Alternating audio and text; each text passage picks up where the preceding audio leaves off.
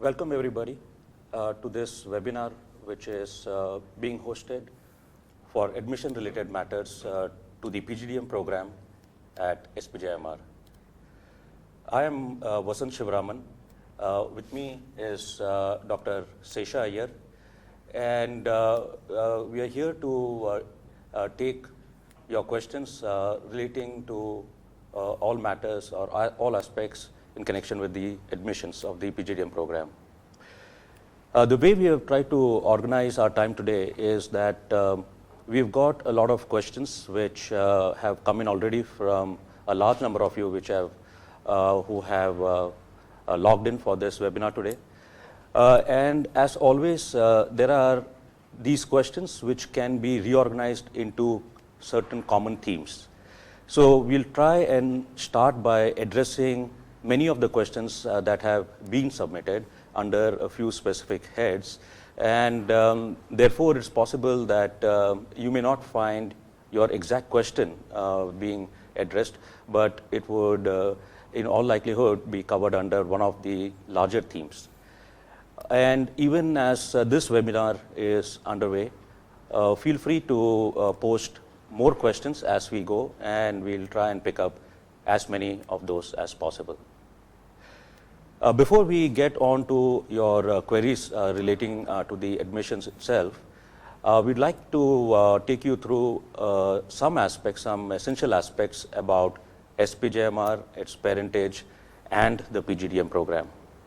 To get that started, I'd like Dr. Iyer to talk to you about SPJIMR and its parentage. So dear all, welcome to all of you. So how are you? Feeling good, no? See, you might have collected already a lot of information about, not only about SPJIMR, about other management institutions also you might have collected information. But one of the question comes is, which institute to select, for that what criteria, then comes once you select how to get in and how they will select you. So this is the way many of you are thinking now. And as you are aware, SPJIMR is a unit of Bharatiya Vidya Bhavan. Bharatiya Vidya Bhavan is well known to you. It is a public trust founded by late Kulpati Munshi and the people of the Gandhian era to spread the Indian culture in India, and then they started a large number of educational institutions. And Bharatiya Vidya Bhavan, you know, is a single trust with the largest number of educational institutions in India. And SPJIMR is proud to be a unit of Bharatiya Vidya Bhavan. Now coming to SPJIMR, it is ranked one among the top 10 by whoever be the ranking agency, and whatever other criteria, SPJIMR has been consistently ranked as one among the top 10 in India. It is a self-financing autonomous institute approved by AICTE HRD Ministry, and what we offer for your course is PGDM. We have got other courses, but you are more concerned about the PGDM program. We are accredited by NBA for 5 years. That is the highest period they give for the institution. We are NBA accredited. We are also accredited by AMBA, European Accrediting Agency, and our AACSB accreditation is also on the progress.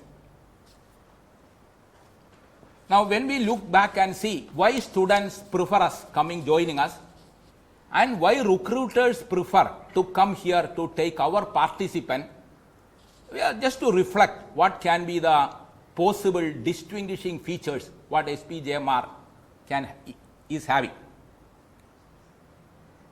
So other than the knowledge and the doing component, which all management institutions by and large include, SPJIMR, in alignment with the parent organizations, focus on self-development, the focus on the value system, has been giving a lot to improve the personality based on self-development as a person whom you are.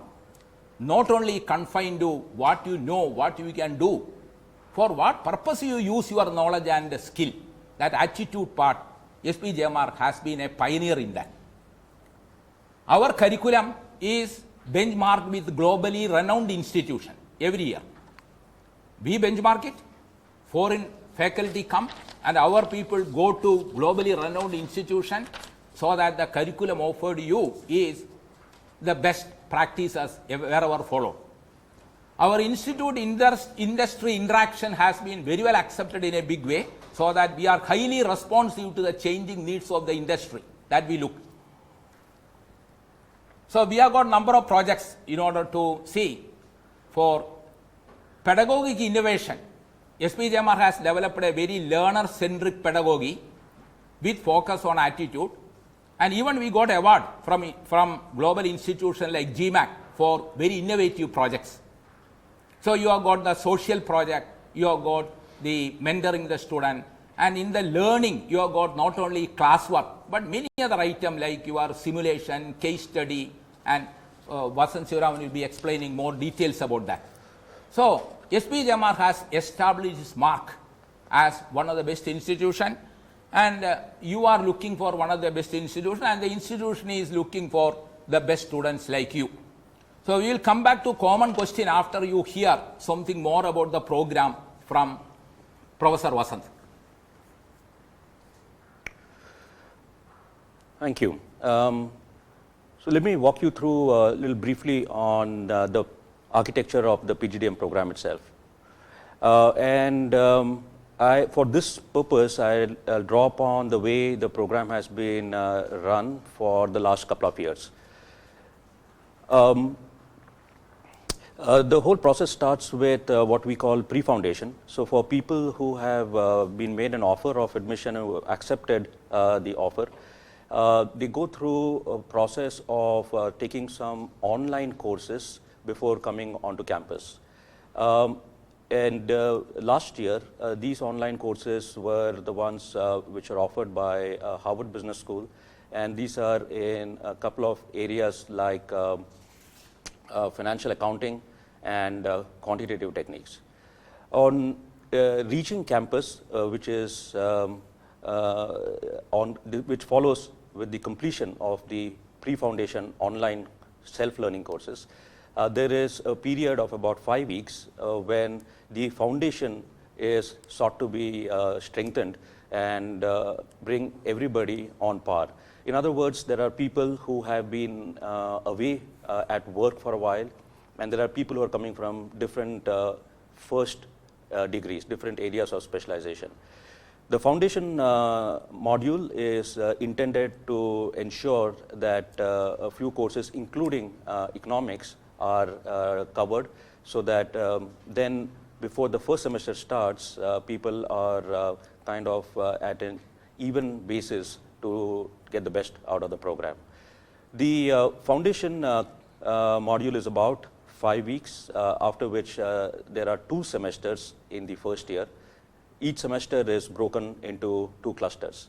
By having clusters, it enables fewer courses to be run at one time, and therefore to have a sharper focus on the courses that are being offered at that point. The first year, which is basically the 2 semesters, has courses on all the functional areas, that is preparing the individual for all general management skills. This culminates, of course, towards the end of the first year with courses in strategy as well. So apart from the functional areas, there are courses in the areas of people performance, in quantitative methods, and economics. At the end of the first year, there is something distinct about SPJIMR, which is where the social internship comes in. This is what we call DOCC, Development of Corporate Citizenship. So the full batch then heads out for doing this internship, which is about 5 weeks, and this is between the end of the first year and the start of the second year. The DOCC, as you might be aware if you've gone through the SPJIMR website, is one component of the non-classroom learning. Semester 3 is the semester of specialization, where the batch breaks up into the 4 majors, that's marketing, information management, finance, and operations supply chain.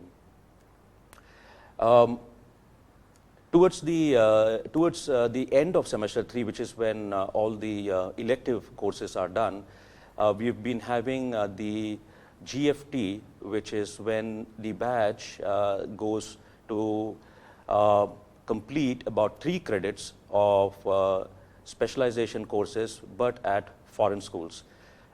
This kind of builds upon the specialization in the electives done in the 3rd semester. And at the end of this GFT process, the electives are completed substantially. At the end of this GFT, that's on return to the campus, there is the autumn internship, which is internship with corporates, and that's about 8 weeks. And there are many advantages now, because by the time of going into the internship, the individual has completed the specialization as well, and is likely to be able to deliver more substantially to the corporate and in delivering on the project. On completion of the autumn internship is the last semester, semester 4, which is where there are common electives which are completed, which also allows the individuals to complete the courses in the minor area of specialization. So at the end of 4 semesters, at the end of the program, each individual is graduating with a major area and a minor area. Typically, final placements are about December, January, and then of course the residual part of the last semester is completed. That takes you close to the 4 semesters and the different components of the program. I guess there must be questions on aspects relating to some of the things that I've touched upon right now, and we'll deal with them from the queries that you've submitted and more queries as they come in. But for now, as I mentioned earlier, we'd like to address with a large number of your questions which have come in so far under certain common heads. And in order to do that, I'll ask Dr. Iyer to deal with some of these themes. So you heard, and some of the highlights you might have seen, that when we referred to the foreign internship, I tell you, our association with the best in the world in the particular branch. So we take, if it is operation, who are the best in the world, so that we are very selective with whom you are associating. So you are going to get opportunity to go to the global fast track in the best in the world. Then another important thing is we have got courses like science of spirituality, design thinking. So to address the issue of attitude development, to have creativity, entrepreneurial quality, and these are also included here. So when you select the institute, you have to see what is the institute, what is the general thing that you will be considering. So first is you are concerned about which institute. And SPJIMR, when you select, the next question comes is, how I select my discipline? Should I apply for operation, marketing, IM, or finance? Even though provision exists for a change, but generally you plan to be within that because conditions apply for moving to another. Now, how you select the branch? If you have got relevant experience is one main criteria that you use to select your discipline. A person who has worked in the operations area, manufacturing area, logistics area for 2-3 years, for him automatically operation is a preferred branch. But if you have worked in an IT company for 2-3 years, then maybe IM may be a preferred branch.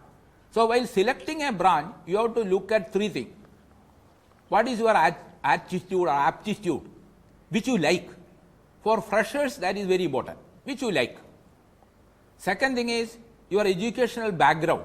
Are you engineering? Are you commerce? What do you learn? And whether what you choose is in alignment with what you have been learning. Third is your experience, whether it is synergical in nature, whether it will help. So one is you consider what you like, where you are strong in. And the institute helps you considering what is the best fit for you.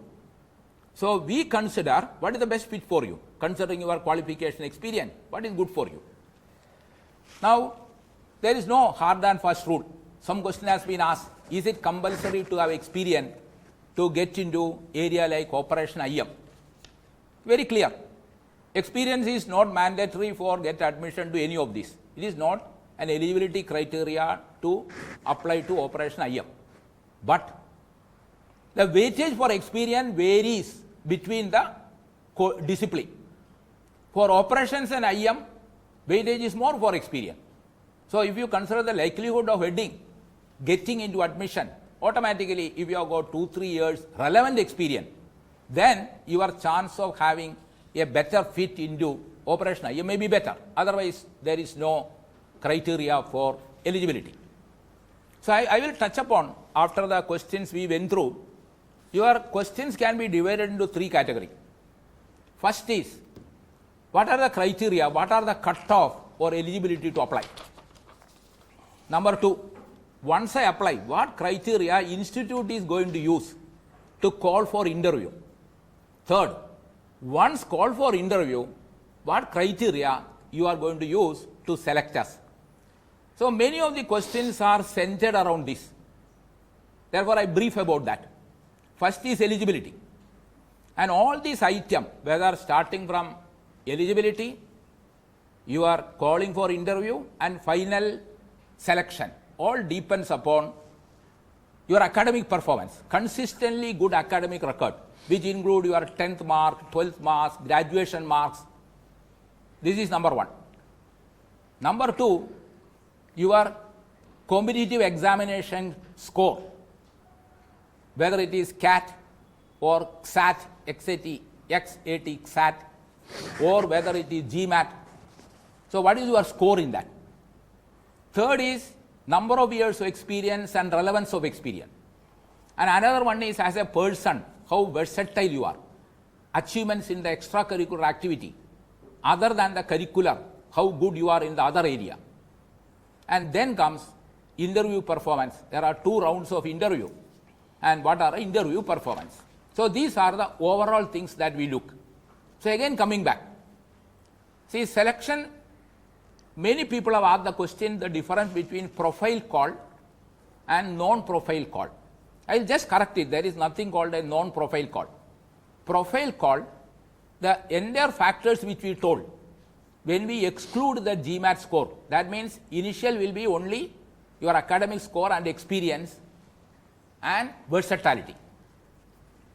So 3 factors: academic performance, versatility, and experience. With this, people are shortlisted. There is no cutoff. Cutoff is only for while the eligibility applies. Suppose we say you should have 80% cutoff in the CAT, or you should have 650 in the GMAT.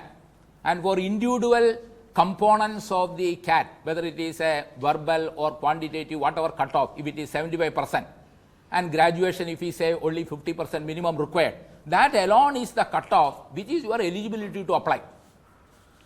Then how we select the people from among 20, 25, 30,000 people apply? How we select the people to be called for interview? It is a relative ranking. This ranking is done 2 times. One is before the CAT score comes, another one after the CAT score comes. So the only difference between profile, I will say profile plus CAT. Both the things profile is considered. And profile, some people has got a misconception that it is about extracurricular activity. But extracurricular versatility is one of the factors. So the first selection is done on a relative ranking based on academic performance, experience, and versatility. So that interview while going on, when the CAT score comes, but even those who have get a call without the CAT score, eligibility condition apply. We will tell them that you can come for interview only if you have got the minimum eligibility CAT score, then only you can come for interview. That is applicable for all. Now after the CAT score has come, the rank list will be revisited, because we will be adding to whatever score you got earlier, to that the CAT score weightage will be added. Again a relative score will be prepared, and those people will get the second call interview. But remember, when the final list comes, there is no difference between whether you are called in the profile call or subsequently, don't worry. Final merit is based on a composite score, based on academic performance, experience, versatility, CAT score, interview 1 marks and interview 2 marks. This is the way the selection process is done. And there is no quota for anybody, because some question asks whether you are Bharati Vidyavan or other one, because everybody is equal only. And equal, there is no special quota or special weightage to any category of the people like that. So it is purely based on merit, and these are the criteria. So I have touched upon how to select the branch. And as I told you, it is not that not only you like, where you fit in, where the recruiters find value with your experience, that also is a criteria. Therefore, you are permitted to have 2 choices, preference 1 and preference 2. And then I have also touched upon the selection criteria. So these questions are in general asked, I have touched upon. Now, any additional thing Professor Vasant will tell, and subsequent questions we will be addressing towards. So I think you got a clearly good idea about the most commonly asked question. I think you got an idea now. All right.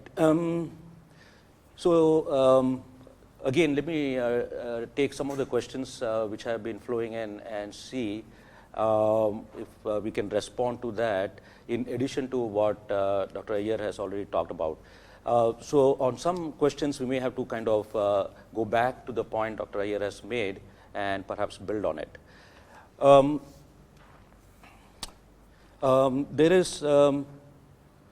There is this distinctiveness about the PGDM program at SPJIMR, whereby as a candidate you are required to indicate your choice of the specialization at the time of application itself. So this has certain distinct reasons, and you may have perhaps looked up on our website under the admissions tab. There is a detailed note on eligibility criteria where the reasoning for this is already covered. Arising from that is a question, is there a possibility of switching specialization after joining the program? This is of course a natural question. So while we would imagine that individuals who are making the application have thought through in a reasonable fashion as to the choice of specialization to go for, there is still a likelihood that on going through the first year and on getting better understanding or broader understanding, there might be a rethink. Again, while it remains that at the time of the interview, this aspect of the choice of selection is going to be important. Should an individual feel like making a switch during the course of the first year, there is a provision for that. What in fact we have done over the last couple of years is to liberalize this provision significantly, to the extent that a much larger portion of the batch is now eligible to seek a switch in specialization. However, once the application is made for a switch in specialization, that is then processed by a panel. This panel would include the faculty group from the area that, in particular, in the area that the individual wishes to switch to. The faculty group would want to consider all the applications for switch to that area. So for example, if there are people who wish to switch into operations, hypothetically, the faculty group in that area will look at all the applications and examine if that candidate is a good fit for that area. Some things that could be examined in that respect would be performance in the first year courses. So there are a couple of courses in operations management in the first year, and if somebody wants to move to operations as a specialization, you would imagine that that should be reflected in the performance in those courses. So the related courses in the first year, general performance in the first year, and then also considering if the larger admission related criteria are also met by that particular student. So for example, since I picked operations, supply chain, in the profile for such applicants, it is desirable to have some degree of work experience. That's something Dr. Iyer had touched upon a little while back. So for somebody who wants to switch at the end of first year into operations, then the admission stage criteria will still apply, and in addition to that would be the performance in the course of the first year. There might be a counseling session with the teaching group, at the end of which then if the person meets all the criteria, then there is a provision to switch specialization. Mind you, this is still going to be a function of the number of seats which are available in that specialization. So it would be a function also of the number of people who are moving across, in and out of specializations. Having said this, if you were to just look back and think about it, we have liberalized this provision a lot more in the last couple of years. Despite that, we find that over the last few years, the number of people who actually want to switch specialization at the end of the first year is quite small. So that might be because the choice of specialization at the time of application has been thought through to a reasonably good extent. But be what it may, the number of applications are not very large. But certainly, yes, to answer the question, there is a provision and the eligibility is quite liberal. However, the requirement of meeting the academic and the admissions criteria still hold good for someone to be able to move to another specialization. The teaching group or the faculty group of the specialization that you want to switch to have to take a call on that one. So that's about switching specialization. If I were to look at some of the other questions over here, we've got something. There is one thing about this scholarship. See, actually what happened, we are one of the institutions which is included in the institution which are eligible for bank loan without a security. So around 2-3 years back, we came across that there is a list given by the ministry to the public sector bank, giving the list of institution students of where can get loan to meet the entire expenditure up to 15 lakhs without personal security and without collateral security. And these include many of the IIM, IIT, because this is including engineering also, and we find that SPJIMR is also one among them, including that. So when you get the offer, you will see along with the offer letter, there will be offer letter of the loan sanctioned also, but it is subject to you satisfying the condition. So one is, as far as financial assistance is concerned, all the people, almost all the people get the bank loan.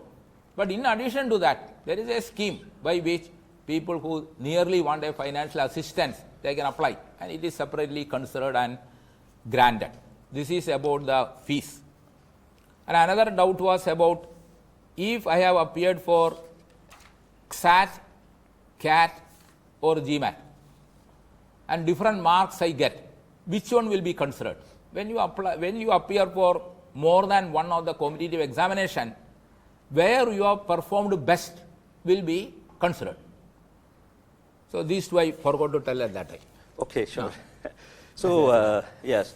So on this matter of financial assistance, of course, there are two levels. One was, of course, the bank loans that is in place that Dr. Iyer touched upon. There is also, of course, financial assistance that is provided by the institute.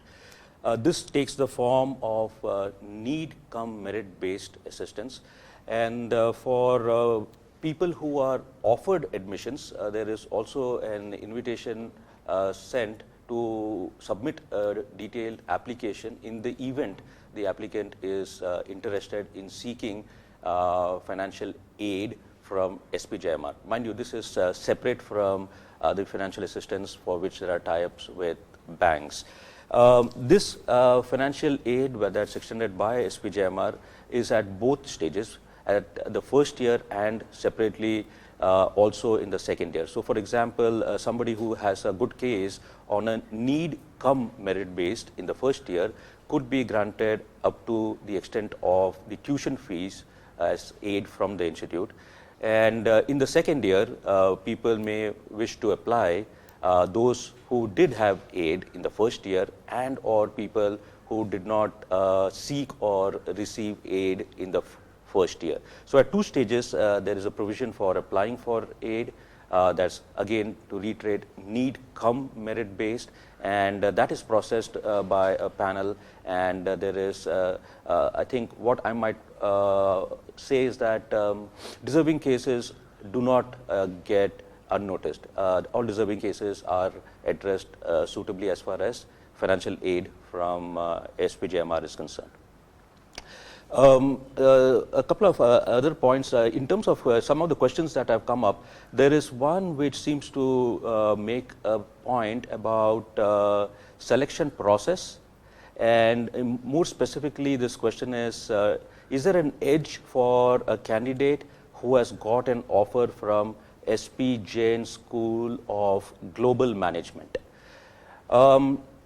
Dr. Iyer has made a point a little earlier today that there is no quotas, so there is no special edge to anybody on any parameter. An offer from SPJIMR School of Global Management or an offer from any other institute does not particularly make any difference. And while we are at it, I think we might want to also point out that SPJIMR School of Global Management is an entirely independent school.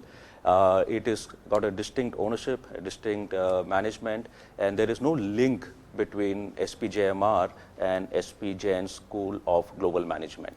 So if you're interested in the program of SPJIMR, of course you got to apply separately to SPJIMR and go through the application process. On the application process itself, again, since there are many queries on what is commonly understood as the first round of invitations that are sent out for interviews, these have been labeled as profile-based calls. A little bit of context to this. Since the date for the results of CAT is a bit later in the year, and of course that is even later, in order to help the individual candidates to spread out their process of applications and admissions interviews across the few schools that they want to choose, we've got this option that whereby the invitation to the interview process is done in two phases. The first phase is sent out even before the results for CAT might be available. And this is based largely on the same criteria that any other candidate, any candidate would be asked. And I would therefore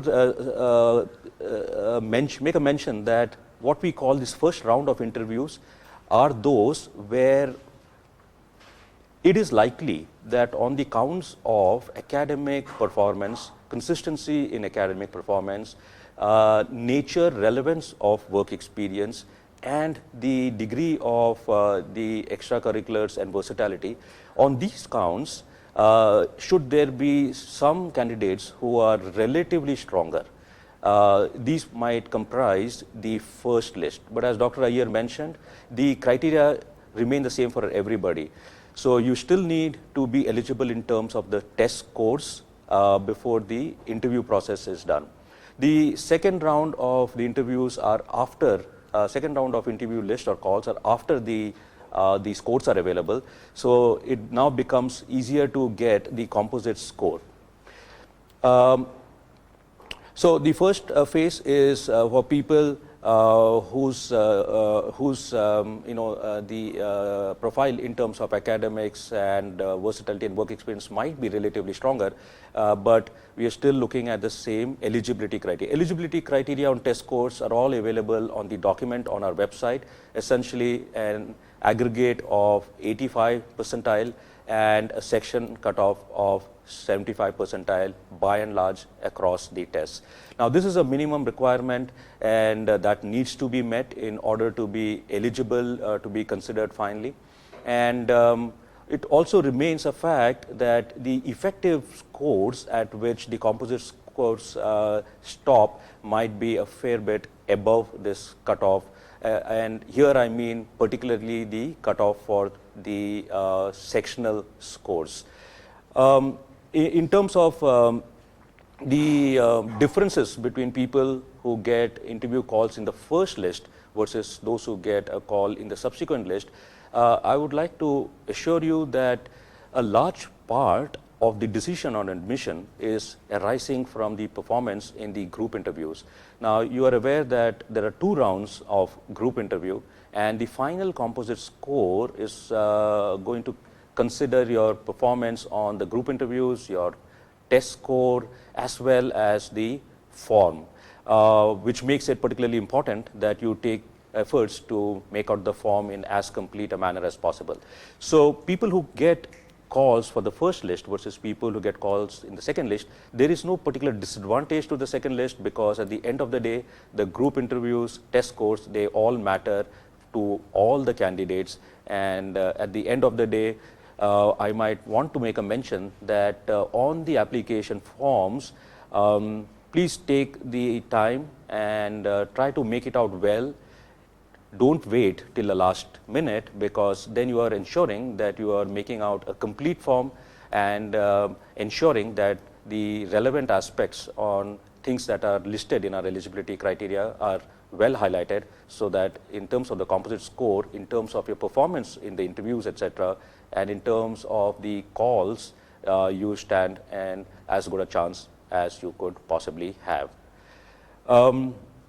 That's on the profiles and on calls. There have been also some questions about the extent of work experience and how does that matter. So, for example, if you are applying in the areas of operations, supply chain, and in information management, you might benefit from a bit of work experience. Because that seems to be needed both for the program as well as for the recruiters and for your career post the program. How about experience in terms of 5 years or thereabouts? There have been some questions about people who may have not been able to make it in terms of admissions last year and are potentially in the region of 5 years or plus 5 years by the time the program would commence. We at SPJIMR, we have clear distinction in the programs that are offered. As you might be aware, there is a 1-year program, PGPM, which is positioned and intended for people with substantial work experience, and therefore people who have got experience of 5 years and beyond might wish to consider the PGPM program. In the PGDM program, for a whole lot of reasons, you want to stay with the eligibility criteria that's mentioned, which includes work experience of up to 5 years, because this may have an implication in terms of the way the program is designed and the subsequent placement. For marketing and for finance areas, which we didn't get to talk about earlier, the profiles are a little different, the ideal profiles. So for people who may not have any work experience or even have work experience of about a couple of years, in particular some relevant work experience, that works as well for marketing and finance. For information management and for operation supply chain, you might want to look at experience which is on the higher side, but of course within the upper cap of about 5 years, which is what the PGDM program is designed for.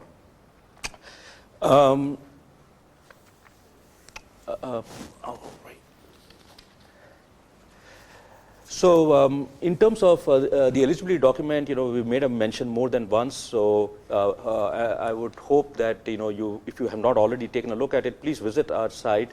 There is a full document which helps you address many of these questions. In terms of the test score itself, just to reiterate a point that has been made earlier. You have the choice of taking CAT or GMAT or ZAT, and we also have defined in the eligibility document the period within which these tests have to be taken. And of course, the test where you perform better is the one that will be considered for your ranking in the composite score. And it's a choice that you make as to which test that you would want to take.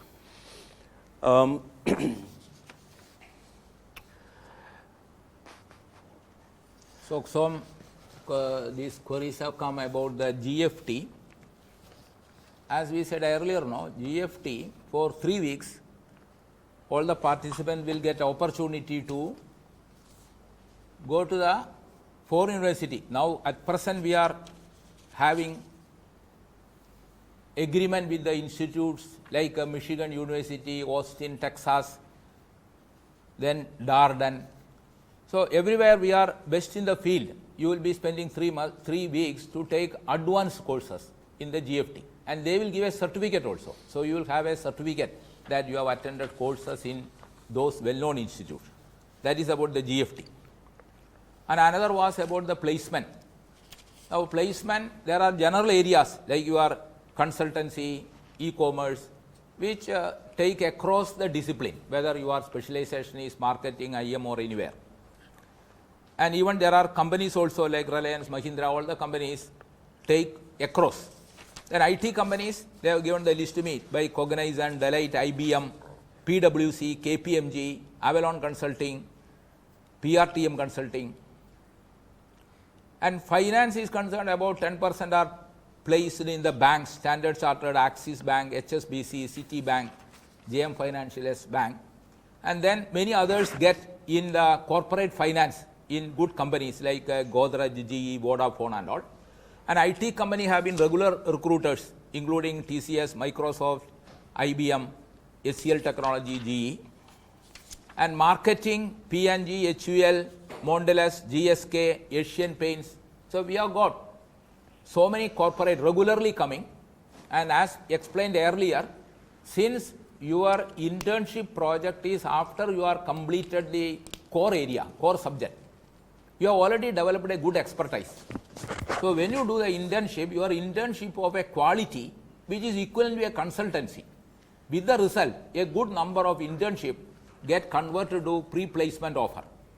And the remaining, when the companies come, you get an opportunity. So placement has been always consistently good. But what we look is, the major part, that is more than the first year, is aimed at preparing you for a long-term leadership position in any corporate or any sector. So the first year you concern all the general management, functional, people, design thinking, science of spirituality, all the courses prepare you for a long-term position. Whereas in the second year when you come, then your expertise build on your subject functional specialization. So this is the way it is done. So before we go away from our placements, or while we have been talking about placements, here's a question about the internship, autumn's internship. How do companies select students? What's the basis for students getting selected for autumn internship? A couple of basic premises about placements. At SPJIMR, as with placements, many other activities are run largely by student groups. So placement is an example where there is PLACOM, and of course other schools also have a PLACOM, but at SPJIMR, the student groups have a significant role to play in the functioning of many activities. In placement, the PLACOM, in conjunction with the placement team, takes care of both the autumn internship and the final placement. There are many similarities between the two. For this year, for example, the autumn internship was conducted in the month of August, and the preparation for that by way of the PLACOM and the placement team, went back a few months. In terms of companies selecting students for autumn internship, there is a list of companies which have relationships with the institute, companies which are identified by the student body as what you might call as desired companies for roles in shifting trends in industry, and the placement team builds upon these relationships to get them to come to campus. There is a period during which the interview process and the placement process for the autumn internship is conducted. This is quite similar to the final placements as well.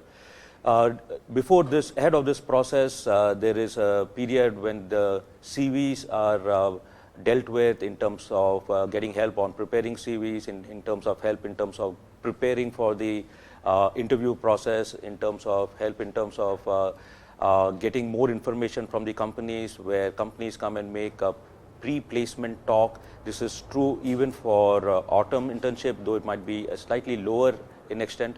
And during the placement process, that's for the autumn internship, there are companies which come onto campus. There is a process of individuals who apply based on the projects that are going to be offered. And this is described by the companies in their pre-placement talk. There is usually some kind of a shortlisting by the companies, and there is generally a process of multiple stage of selection for the autumns. This might include discussions, this might include one or more rounds of interviews, and some of the rules for the placement process also for autumn internship are put together by the student group and the Playcom, and they work similarly. So the autumn internship is a very systematic process. It is built along the lines of the final placement itself, and there is extensive kind of involvement from a large number of players, specifically driven by the placement team in getting the batch placed as far as internship is concerned. On another matter, which is slightly away from internship, there's some question about entrepreneurship and scope for entrepreneurship for individuals who choose not to opt for placements. On entrepreneurship, there has been a fair bit of history at SPJIMR in the sense that about a decade ago at SPJIMR there was a center for entrepreneurship that was set up, and this center was born out of some funding that came from National Entrepreneurship Network, which in turn was supported by the Wadhwa Foundation. So in terms of history, SPJIMR is one of 5 institutions from India that were part of that were the founding members of NEN. So courses relating to entrepreneurship have been taught for a long period of time, and for the same period, which is roughly about a decade, there has been the Center for Entrepreneurship, which also offers electives and also runs an event on campus that's called Lock, Stock and Trade, which is linked to, which has been linked to an elective, which is a large event which involves business schools and venture capital executives from outside. In more recent times, there has been a larger formal structure given to entrepreneurship, in particular given the interest of individuals who want to set up their own business and their interest in startup, and therefore this inclination to opt out of placement. For quite a while, at SPJIMR, we've had support in place for people who opt out of placement because they want to go for their own startup, in the sense that they have the choice of getting back to SPJIMR and be part of the placement process in the next year or two, should they have a change in mind and want to get back into a corporate kind of a role.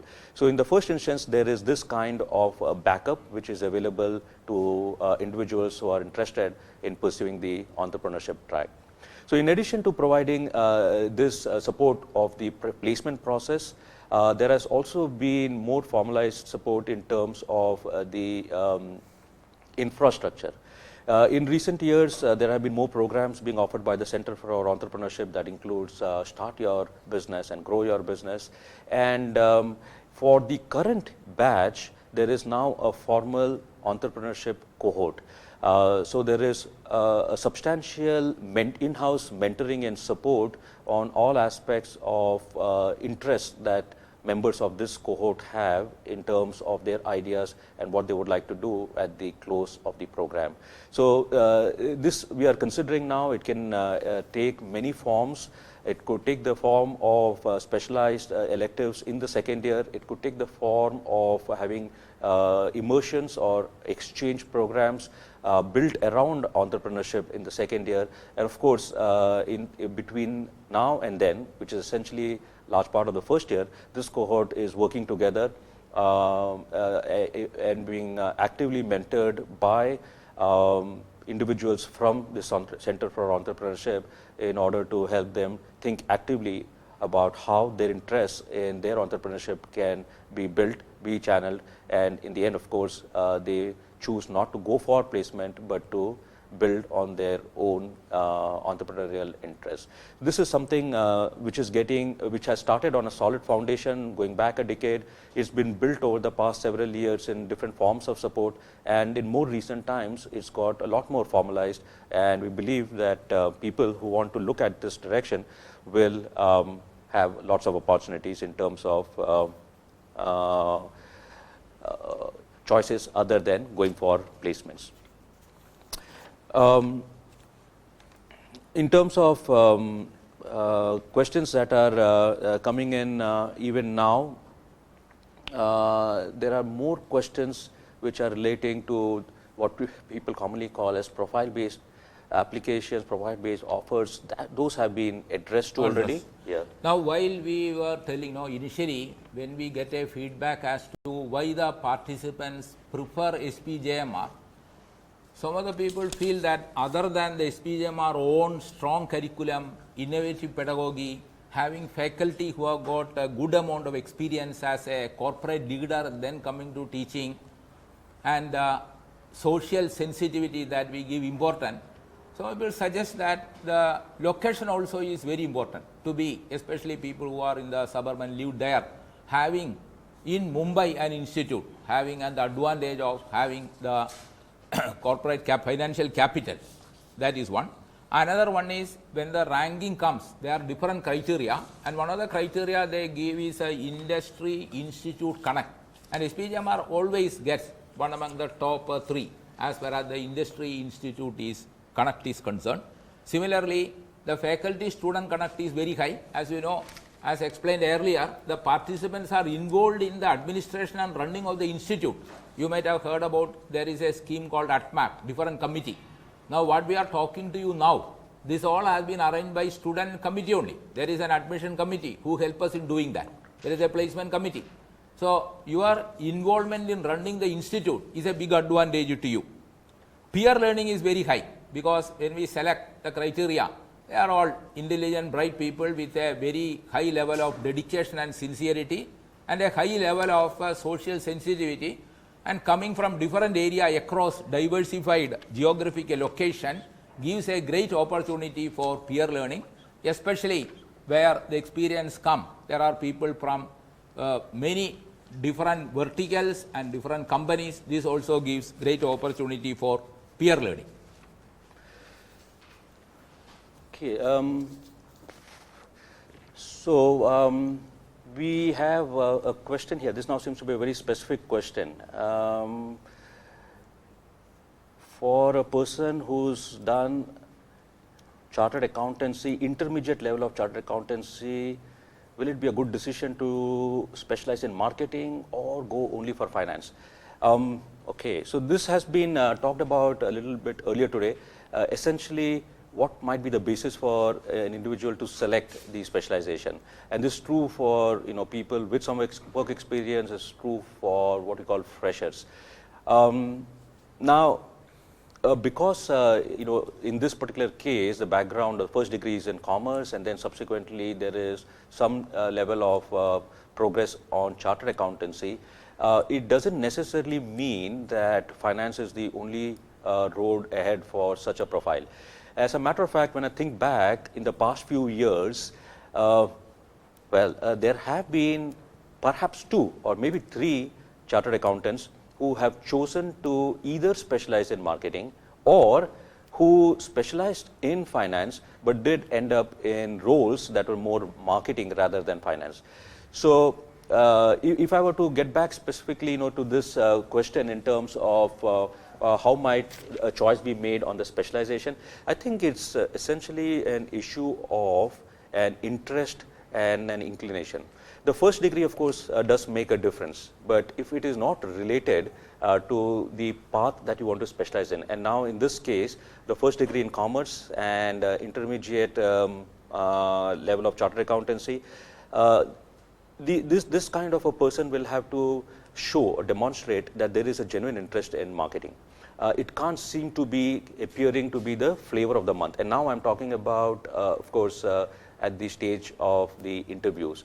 And how can this be demonstrated? This can be demonstrated by a mix of things, by an awareness of what's happening in the corporate world, in particular from a perspective of marketing companies, marketing campaigns, and a point of view on what different companies seem to be doing. I think that is the, the crux of the matter in terms of being able to demonstrate that there is an active interest. In some cases, of course, the ability to take some online courses might be an additional way to demonstrate an interest in an area of specialization. It could be an online course, it could be other courses also, short-term courses, which demonstrate that you're building up on an area of interest. So while the first degree would certainly help in a major in that area, it would not by itself limit you from looking at another area, and now we're talking of marketing and finance. It's just that for moving into a different area, the onus in terms of demonstrating an interest and some knowledge is a bit higher. We of course recognize that you'd be able to build on build from the program and build on your knowledge as a new area, because that's not in your first area. So just to kind of get back, not all CAs choose to go into finance. Large number do, but that I would imagine is more to do with their interest, inclination, and their choice of where they see their career moving out. It's not a necessary thing. Now, in terms of just a couple of other larger points, I think something that seems to recur often from what we've seen of the batches over time is that in such a situation you would expect to see a lot of peer learning that happens in the program. So most of the students, and as a matter of fact, if I were to think back about my own time in the two-year program, a lot of learning really happens from the quality of people and the diversity of the batch that you have around you. And learning is not happening, only in the class. Learning is happening a lot outside of class as well. And the design of the program that we have has a lot of elements that facilitate that. So there are many submissions, there are many what you call group work, and then also many activities which require you to get together with different sets of people, and beyond that, of course, on your own choice, students tend to spend a lot of time with a peer group, and because of the diversity, there's a lot of learning that can happen. People come from different areas of strength, and that enables you to feed and become a stronger individual. To kind of add to that, there is a whole extent of industry integration that also is inevitable. Given the location that we have at Bombay city, there is a huge opportunity and a lot of potential to get industry speakers, guest speakers, whether it is in course or as guest speakers on some events or just as visiting sessions, and that's something which is a privilege to be part of Bombay, and in the heart of Bombay, so to say. And given the standing of SPJIMR as a top ranked business school, you would expect to find more individuals from industry who have much to contribute, being happy and willing to come and be on campus. There are other mechanisms for industry integration as well, formal mechanisms which include visits to plants, visits to organizations and things of that nature. So a lot of these possibilities are there. If we were to just kind of look back and try to sum up what we have at SPJIMR, we've got a wonderful combination, which is location, which is access to industry, which is another is about very close, very different kind of a faculty batch kind of relationship. It's not, is a lot more access, and that allows, of course, the learning and the takeaways and the whole experience to be enhanced. That's, of course, on the base of the peer learning, which I already made a mention of. At this point, yeah, I would think you know there might be more questions, and that we'll have to try and deal with because beyond today as well, there is a mechanism for you to send in your queries, and they'll be dealt with on different platforms. Just as I made a mention of the placement committee, we have an academic committee as well. So there's a bunch of the students from the program who are supporting and working on making this admission process very smooth and very effective for all of us, including for you. They'll be there online and otherwise to help answer your questions. At this stage, though, I would make one request that while you're making your choice on what might be an important phase for your career, think carefully. But as far as SPJIMR is concerned, give some thought and make out the form in its entirety. Don't miss out anything, and try and include all aspects that you think are relevant, in particular from the eligibility document which is available, because this is all going to be helpful in enabling us to understand each applicant as a better as a person, and to make our list for the interviews in as good a way as is possible. And we hope to see many of you for the interview process, because we interview a large number of people. We have a very distinct interview process.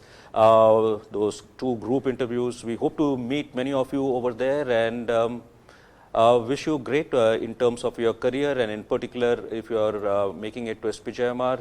Hope to see you on campus middle of next year. So I also join Vasan in wishing you the best.